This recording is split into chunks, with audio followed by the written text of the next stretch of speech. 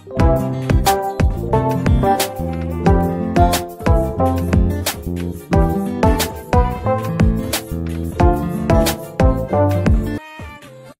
morning mga kalingap, good afternoon mga ka-Jom Carl, I'm back, it's me, Darlene Vlog.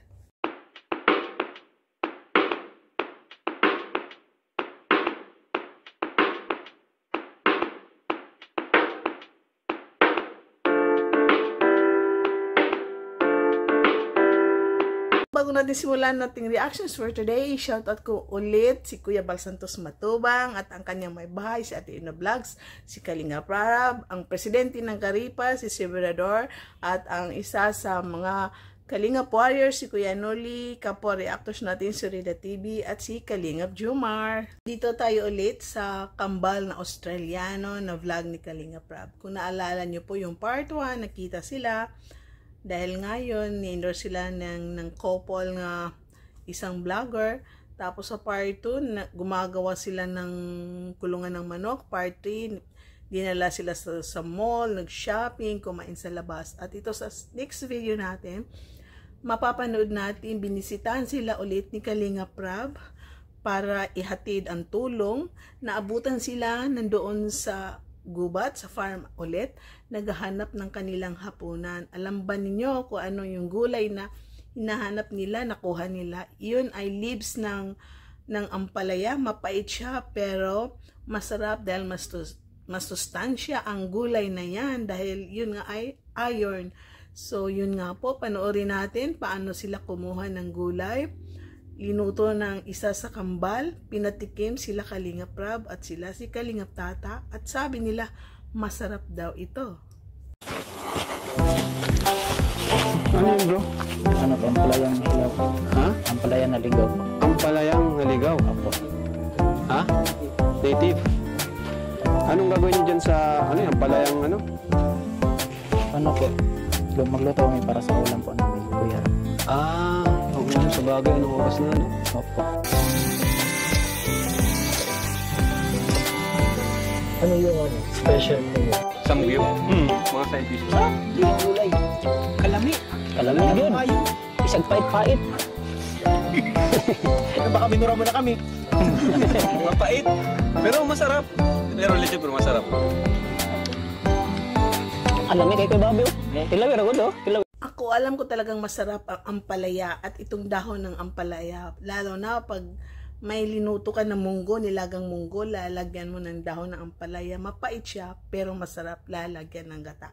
Itong magkapatid na ito ay talagang masipag sila, sanay na sila sa hirap, sanay sila sa bundok, kahit anong gawain, basta legal, ginagawa nila habang sila ay nag-aaral. At itong magkapatid na ito ay nakasubok rin magtrabaho sa mina. Ang isa nito ay muntik na daw mamatay. Grabe yung iyak ng isang kambal dahil akala niya yung kapatid niya ay namatay na tabunan doon sa pagmimina. Sa ano po, tunnel. Kaya ano ko talaga po, umiyak po.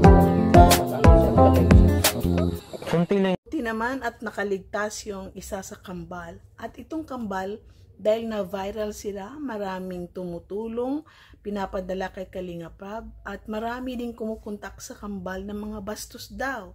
Sabi daw nila, sige magpapadala kami ng pera, ibigay mo ang GCash mo, pero magpadala ka ng picture na hubot-hubad, kaya hindi makapaniwala si Kalinga Prab sa kanyang nabalitaan. Ba ay pangbabastos. Yung ibang babastos. Ha? Uy, kasi may tabasan mo. Baka, kasi ginahin mo nila. Gina-story sa Sabi nila, no, sendan kita 30K pero magyan ka sa akin, nakahubad lahat. Gusto sila bayaran kapalit. At alam natin, itong mga batang ito ay mababait at hindi sila mawakwak dahil ang mga wakwak ay mapanira sa Team Kalingap. So yun nga po, mayroon ako ipapakita mga few videos. Papahulaan ko sa inyo kung sino si Edward at sino si Edwin. Panoorin po natin ang video.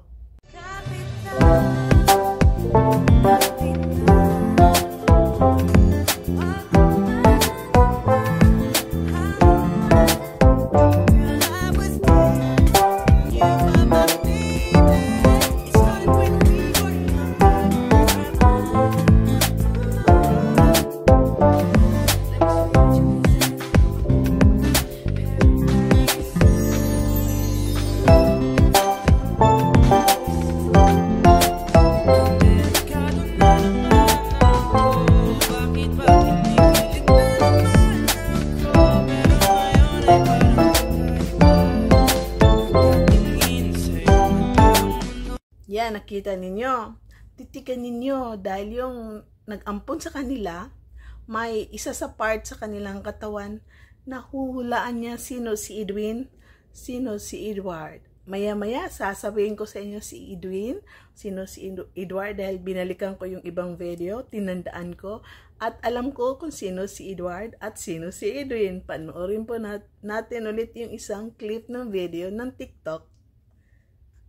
Mukhang delikado na naman ako. Bakit ba kinikilig mo Ano, nahulaan ninyo? Yun nga po. Si Edward, yung buhok niya, ang bangs niya ay pababa. Paganyan. Siya si Edward. Pero yung isang buhok niya ay talagang nakaganyan. Tandaan nyo, siya si Edwin. Yung buhok niya ay laging nakaganyan. Kung nalilito kayo, ang tatandaan nyo lang po, si Edward, yung buhok niya ay lagi niya binababa. Diyan, yung bangs.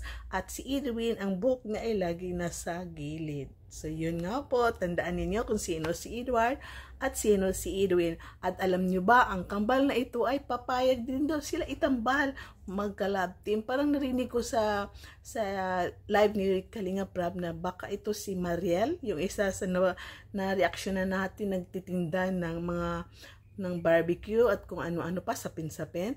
Ay, baka daw siya ang itambal sa isa sa kambal, o baka yun nga po, sabi ng kambal na papayag naman sila itambal kahit magkaribal, sino sasagutin, siya daw ang magiging ka-love team. Pero baka hindi natin alam, baka itong kambal dalawa both ay may love team na mga Kalingap Angel. At alam natin ang part 2 ng batch 2 ng Kalingap Angel ay magaganda rin. So itong kambal na to, abangan natin sa mga next videos. Baka malay natin isang araw ay may ka-love team din ang kambal na Australiano.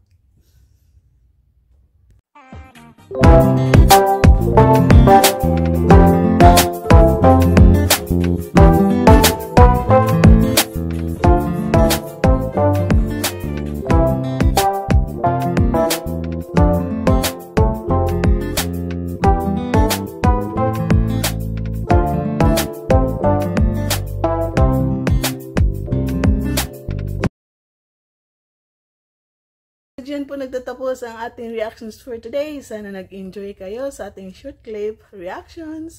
Sana i-like ninyo ating video. Like! Para yakapin tayo ni Papa YouTube. At magkaroon na tayo ng AdSense. Maraming salamat sa lahat na nanood. Please paki-subscribe. Sino pa nakasubscribe dyan, paki-share.